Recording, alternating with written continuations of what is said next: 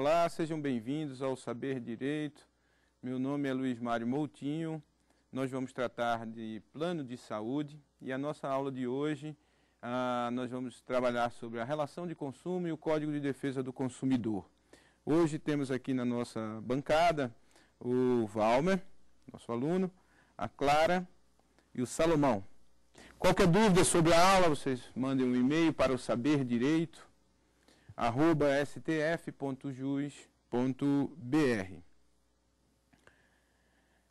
Os alunos que pretenderem tirar dúvidas, as pessoas que pretendem tirar dúvidas sobre o tema de nossa aula e do nosso curso, pode mandar, então, suas dúvidas para esse e-mail, que será respondido.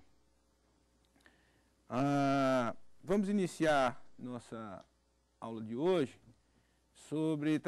fazendo uma breve análise, um breve estudo sobre a evolução histórica do direito do consumidor.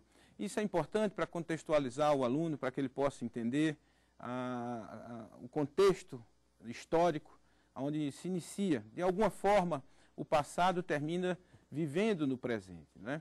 Bom, o direito do consumidor ele tem na sua base a ideia de vulnerabilidade, uma ideia de desigualdade do sujeito da relação de consumo, que é o consumidor, e por isso há necessidade de uma proteção do Estado através da legislação, que no caso do nosso país é a Lei 8.078/90. Mas por que então se identificou na vida, em sociedade, a necessidade de proteger este sujeito? O Kennedy, né, o presidente John Fitzgerald Kennedy, em 15 de março de 1962, e esse é um marco histórico no direito do consumidor, ele identifica numa mensagem enviada ao Congresso norte-americano que o consumidor é uma coletividade de pessoas que compõe 2/3 da sociedade norte-americana, que de alguma forma influencia e é influenciada na economia, né? E esta coletividade de pessoas, ela é essencialmente desorganizada, não é ouvida e está submetida a uma série de práticas, uma série de produtos e de serviços cada vez mais complexos, e essa situação de complexidade vai revelando a tal vulnerabilidade que é a pedra de toque do direito do consumidor, né? É esta a razão. Mas por que proteger esse sujeito? No início do século XIX, né, até meados do século XX, vigorava um pensamento que veio da economia, o pensamento liberal, onde as pessoas, o Estado não deveria intervir nas relações das pessoas, especialmente nas relações privadas, não é? Isso era fruto de uma busca de liberdade. E entendia-se que a maior expressão da liberdade é a vontade. Você fazer o que você tem vontade. Bastava que o agente fosse capaz, o objeto fosse lícito, possível, determinado ou determinável, e que a forma fosse observada e não prescrita em lei, não é? Esse pensamento de busca da liberdade através da expressão da vontade revelou algumas contradições. Nem sempre se alcançava esse ideal de igualdade, esse ideal de liberdade através da expressão da vontade. Circunstâncias subjetivas relacionadas às pessoas, ou mesmo circunstâncias do ambiente onde elas estavam contidas, onde essas relações aconteciam, essas relações sociais, juridicamente relevantes aconteciam, mostravam que essa liberdade era, na verdade, uma utopia, e que muitas vezes a vontade de um predominava ou prevalecia, e as regras naturais de mercado não eram suficientes para estabelecer esse equilíbrio, necessitando então uma intervenção do Estado. Vem então o pensamento intervencionista, o pensamento protetivo, o reconhecimento de uma desigualdade intrínseca às pessoas, e que aquele dogma clássico, né, de que o contrato é lei entre as partes, e o conceito formal de que todos são iguais perante a lei, esses dois dogmas não se revelavam suficientes para promover aquele ideal de justiça, aquele ideal almejado por todos, não é? De ser justo, não é? De alcançar um equilíbrio. Percebeu-se então, e o Kennedy, nesse ambiente de consumo, é quem manda esta mensagem. É nessa mensagem que ele reconhece, um fato importante dessa mensagem é que ele reconhece a coletividade de consumidores, não é? Antes desta mensagem do Kennedy, antes dessa observação feita pelo presidente norte-americano, o consumidor era visto como um contratante, era visto como um comprador, ou como um vendedor, ou como um locatário, enfim, era o sujeito visto individualmente, e não enquanto uma coletividade de pessoas caracterizada, repito, pela vulnerabilidade. Não é? Esse ideal de justiça que tão almejado e essas teorias individualistas, esse pensamento liberal que revelou-se insuficiente para alcançar o ideal de justiça, foi cedendo espaço, e a igualdade que hoje nós temos no nosso texto constitucional, no artigo 5º, todos são iguais perante a lei, essa igualdade ela deixou de ser uma igualdade meramente formal e passou-se então a tentar buscar uma igualdade material, uma igualdade concreta, não é? A necessidade de tratar as pessoas que são diferentes, tratar essas pessoas de maneira diferente, não é? Ou seja, tratar desigualmente os desiguais e igualmente apenas aqueles que são iguais. Temos vários sujeitos de direitos que são efetivamente desiguais, seja pelo ambiente onde ele está contido, seja na relação com outras pessoas que fazem parte da sociedade, a exemplo da criança, do adolescente, a exemplo do idoso, não é? Que são pessoas que, em razão da idade tenra ou mais avançada, elas revelam-se pessoas com vulnerabilidade no ambiente em que vive. O consumidor também é um outro exemplo de vulnerabilidade. Ele, no mercado de consumo, não tem a força que os seus parceiros, né, o seu parceiro contratual, o seu parceiro negocial, que são os seos fornecedores, ele não tem a mesma força. Falaremos um pouco sobre a vulnerabilidade um pouco mais à frente. Agora é importante tratar sobre os fundamentos. Toda vez que o operador do direito for aplicar uma norma, uma solução, dar uma solução jurídica a um caso concreto, ele não pode perder de vista o fundamento da República, o fundamento da dignidade da pessoa humana. Esse fundamento está estampado no artigo 1º, inciso 3 da nossa Carta Política, da Constituição de 1988. Há uma certa dificuldade em identificar o que vem a ser dignidade.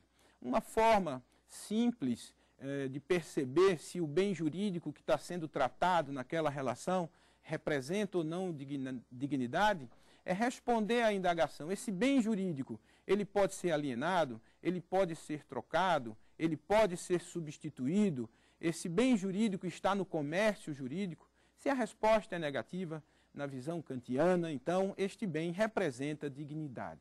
São exemplos aí de dignidade: a vida, a saúde, e a saúde é tema de nosso curso, não é? A saúde, a intimidade, a privacidade, o nome. Normalmente as expressões da própria personalidade, bens que são expressões da personalidade, não é? Do sujeito. São bens que representam a dignidade humana e, portanto, ele deve ser preservado e respeitado. Lembrando sempre que a razão de ser do direito, né? O direito visa regular as relações entre as pessoas, e o sujeito, a pessoa, o ente humano especialmente, deve prevalecer em relação aos bens de conteúdo material ou os bens materiais. Entre o ser e o ter deve sempre prevalecer o ser. Dignidade, então, é exatamente isso. O respeito à dignidade é o respeito a esses bens. Esse artigo 1º, inciso 3 da Constituição Federal, que preceitua a dignidade da pessoa humana como fundamento da República Federativa do Brasil, é a norma das normas, né? É dali que nós vamos extrair para as demais normas que integram o ordenamento jurídico o valor ético, o valor a ser preenchido por todas as demais regras. Não podemos nos afastar, por mais simples que seja a regra jurídica, nós não podemos nos afastar deste valor moral. É a norma da norma, é a norma fundamental. Ainda nesse contexto, nós fizemos referência aqui ao princípio da igualdade. Não é? Essa igualdade, ela na verdade é uma utopia. Né? As pessoas são essencialmente diferentes por uma razão ou por outra. O que se busca, na verdade, é concretizar, é realizar essa igualdade desejada, essa igualdade sonhada, essa igualdade imaginada.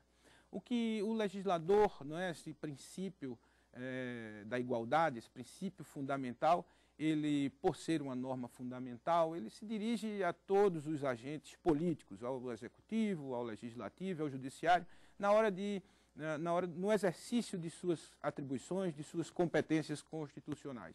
Então, o legislador, ao editar uma norma que trate sobre uma relação onde exista uma desigualdade entre as pessoas, ele pode efetivamente fazer uma diferença, dar uma proteção, desde que isso não identifique uma determinada pessoa, o que caracterizaria um privilégio, desde que ela seja geral, não é? E haja uma justificativa material para este tratamento protetivo. No caso do idoso, além da Constituição estabelecer no seu artigo 230 uma proteção integral à pessoa do idoso, né, ao sujeito idoso com mais de 60 anos, o Código do Consumidor também, no artigo 5º, inciso 32, prevê que o Estado promoverá na forma da lei a defesa do consumidor. Isso é o reconhecimento pelo nosso Constituinte de 1988, que esses dois sujeitos que eu trago aqui de exemplo, esses dois sujeitos, eles são efetivamente vulneráveis e há uma razão material, uma razão concreta para dar um tratamento protetivo a ele. A política pública do direito do consumidor. Nós fizemos essa referência agora, ela está estampada no artigo 5º, inciso 32.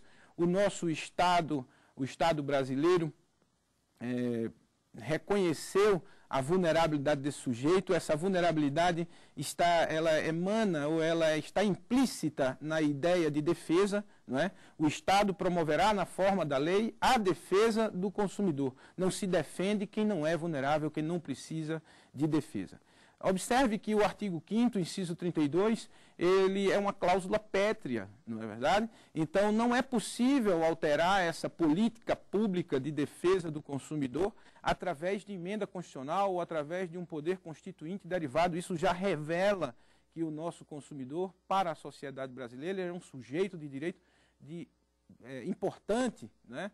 E ao colocar no artigo 5º, inciso 32, que o Estado promoverá na forma da lei a defesa do consumidor, atribui-se a essa pessoa, a este sujeito de direito, o direito subjetivo público de exigir do Estado efetivamente a sua proteção. Essa exigência da proteção do consumidor, que o consumidor pode fazer, enfim, o direito subjetivo que ele tem, o direito subjetivo público, decorre do que se chama eficácia vertical dessa norma constitucional. Então, todos os órgãos e todas as pessoas que integram o poder público, na hora de exercitar as suas atribuições, as suas competências em relação que diga respeito a uma relação de consumo, ela não pode perder de vista esse norte, sob pena de se afastar daquele ideal do Constituinte de 1988. Aí, nas três esferas, o judiciário tem que ter essa perspectiva de proteger o consumidor, de perceber que ele precisa dessa proteção por ser vulnerável. O executivo, através de suas agências reguladoras, por exemplo, né? A ANS, no caso, que trata da Agência Nacional de Saúde, não pode perder esta perspectiva de proteção do consumidor ou do sujeito vulnerável, porque esta foi a vontade do Constituinte de 1988. Muito bem. Ainda nessa aula, que é de conteúdo introdutório, né, um conteúdo geral para ambientar o pensamento do aluno, não é? Nós agora vamos examinar um pouco a natureza jurídica das normas do Código de Defesa do Consumidor e as normas de consumo. Essas normas, elas são normas cogentes, ou seja, são normas de ordem pública, normas que se referem a uma relação jurídica de interesse social. A consequência prática dessa natureza da norma cogente, né,